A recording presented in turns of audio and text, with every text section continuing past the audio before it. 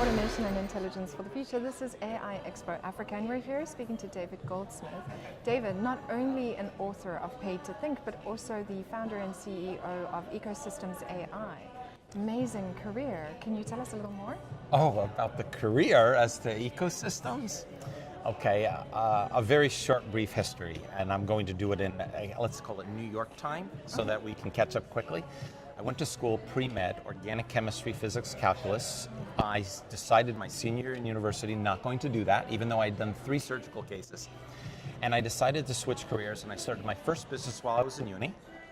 And my partner happened to have been the first person in the United States ever to get an entrepreneurial degree. So from that business, we ended up growing. I've been involved in and owned 17 businesses, going from screen printing and embroidery all the way up to computer VAR. And today, fast forward to a few different points. I taught at NYU for 12 years, a course on new product and service development, another one on executive strategy. Wrote the book, took 12 years to write, 14 complete revisions. It is the first and only, as far as I know, that I've seen, maybe someone can prove differently, book that covers the entire world, 52 countries, 400 examples. So to give you profit, nonprofit, government, military, education, and it goes across all territories. So we're going to go from Cartagena, Colombia, all the way to St. Petersburg, down to Hong Kong, to give you texture, feeling, and emotional connection in different layers of where you would exist in the world. And today, going all the way to today in the ecosystem that you brought up, Jay and I were co-founders of this business. Jay and I met in San Francisco. We both work in San Francisco. At a mistake of a meeting, someone invited me to a meeting to prove that they weren't doing it well. And I didn't know this. We were set up. And they weren't doing the meeting as well as they should. And I was pushing back. And then Jay and I connected. He's brilliant. He's a computational social scientist, artificial intelligence. He has a whole different life structure being a South African as from my world and where I came from and where I've worked. And we ended up clicking it off. And so I work in New York, Hong Kong, and San Francisco almost every month. I travel between them and anywhere else in the world. We're in beautiful Cape Town right now. And our dev team is here in Cape Town, and we've got an amazing group of individuals who can do things beyond what you'd thought possible. I don't know if I did that well. No, that was amazing. Thank you. I don't know which question to ask next. Any question, I'm here for you. I think one of the most interesting things about Paid to Think is the idea of redefining the future, and you look at 12 different aspects, right? You are fast. Wow, yes. And I was wondering, because creativity comes through quite a bit, I was wondering, being here at the AI Expo, how much creativity have you seen? I'm pretty honest when it comes to these type of questions. There's a saying that we need to be transparent. No one's completely transparent. We talk about organizations being transparent.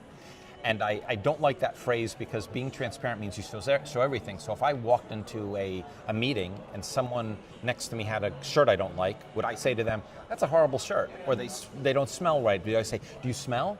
We're not completely. We're transparent to the point in which we can be. So I'm going to be as transparent as I can. I've spent the majority of my time at our booth. We have been inundated by questions because no one's doing what we're doing. That's not to say that other people in the world aren't doing it, but no one here is.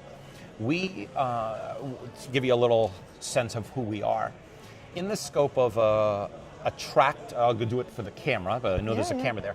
Attract, secure, maintain. And this is one of the models that I've simplified where we work, where the world works. We try to attract customers in different ways. So if we were a retail establishment, we would attract somebody by our signage, by our word of mouth, by our advertising, by our social media. We attract them. Then there's the secure element. Securing is we got them into the store, we've shown the products, we've had the pieces, and then we want to get them to do the transaction. If they don't buy, meaning you've been to a shop, you've seen a queue, you've dropped your bag and left. Yeah. So you did not secure them. There are people who are working on attraction in AI, where what they do is they automate the sales process. So a salesperson doesn't follow up with the system well. It'll remind them when to do in the AI space. The securing, we have FinTech who's really trying to automate that process. So if you've ever done an Uber car, and I hate to use Uber as an example, but it's very simple. you do not pay like the old days. You don't hand cash. You give them your information before you get there, and the transaction's done, you get an email receipt. So that's taking the friction out of the system, making it easier for us to work.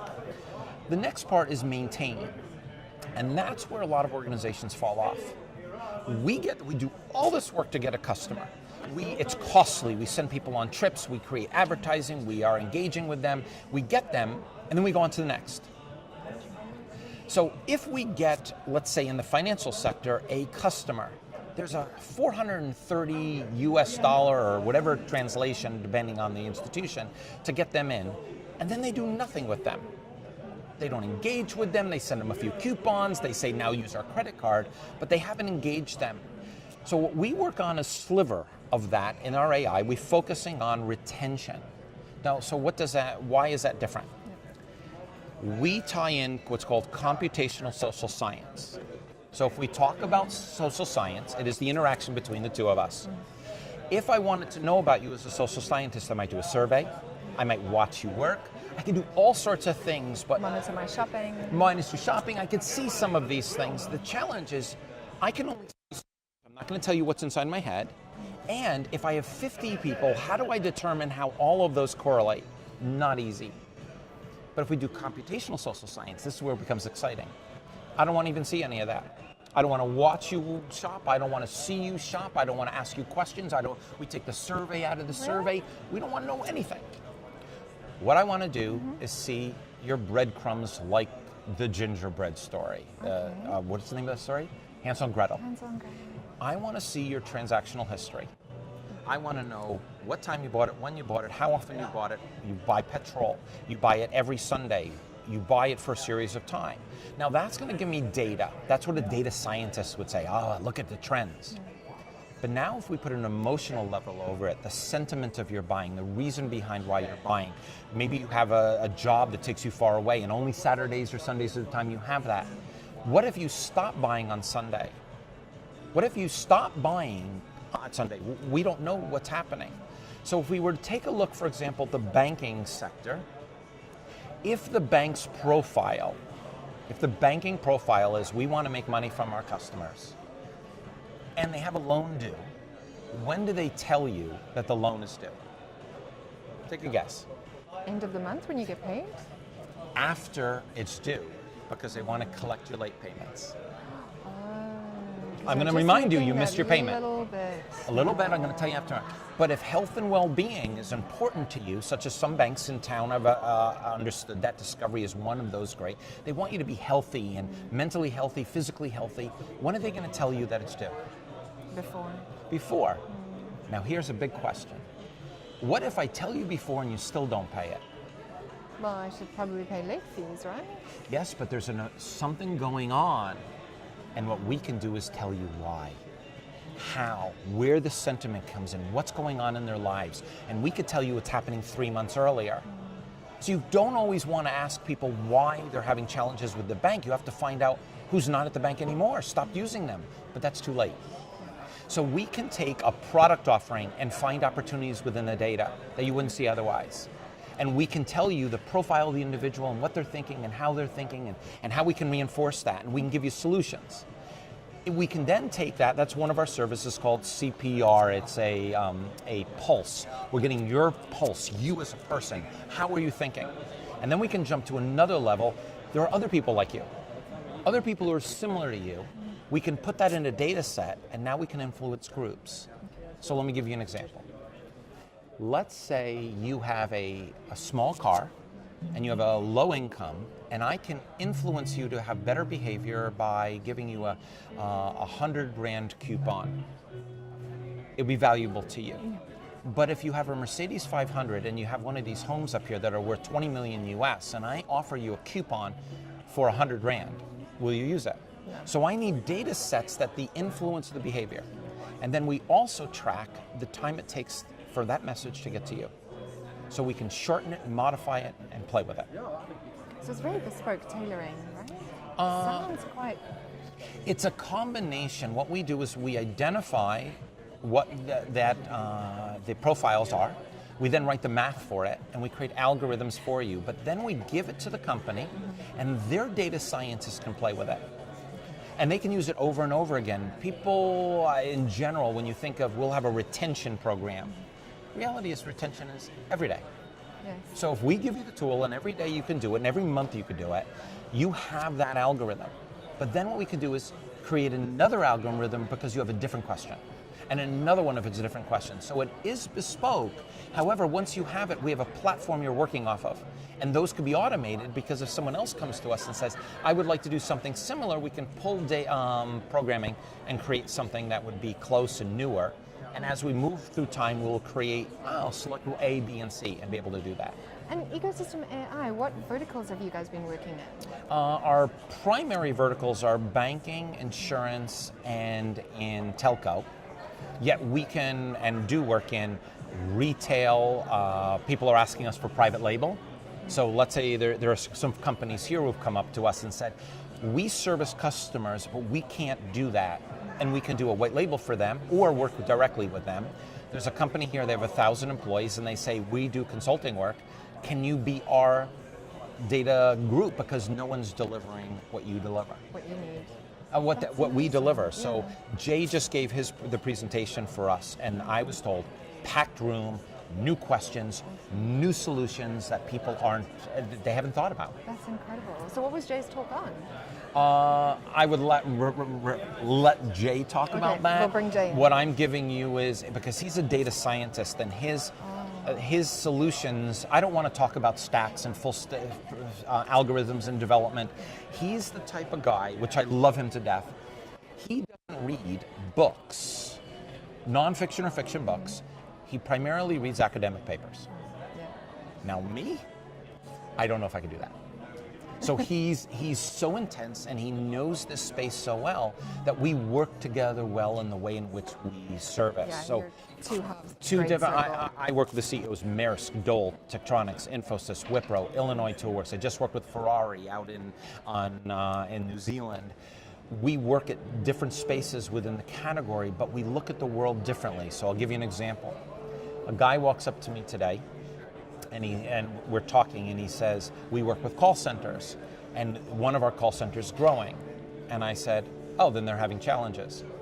And he looks at me, and I said, a call center should never grow. If you do everything well, no one calls you.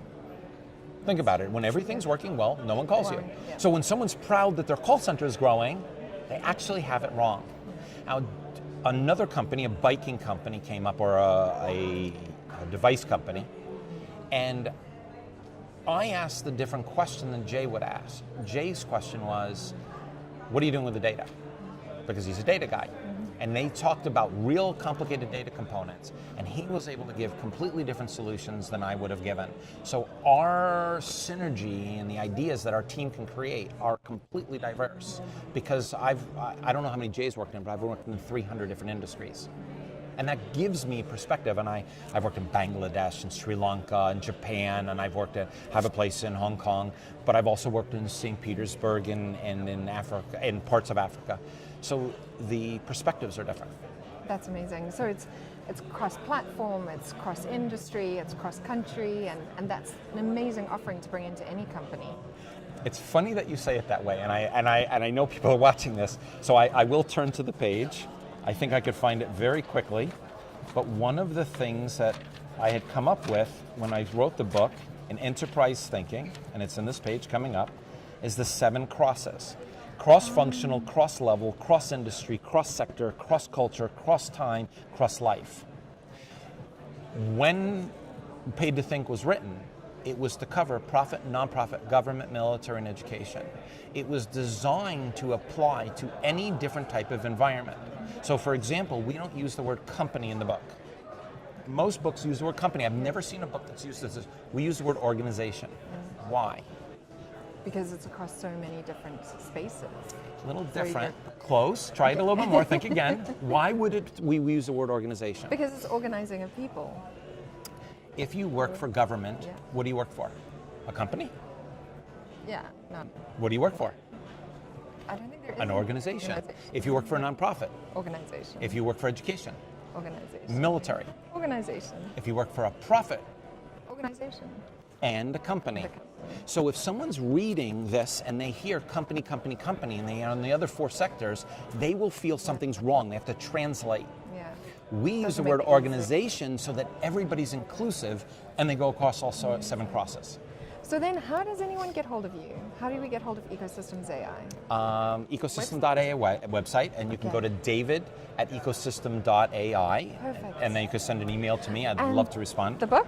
The book is on Amazon. Amazon, so you can order it in. And you can order it in, and it's digital. There is an audio. I did not do it. I wish I did, but I didn't. It's 32 or 36 hours long, but it has a lot of content. That's It's a tome. There's a lot in there, and we've got an 86% 5-star rating on Amazon for a book that's this size. Awesome.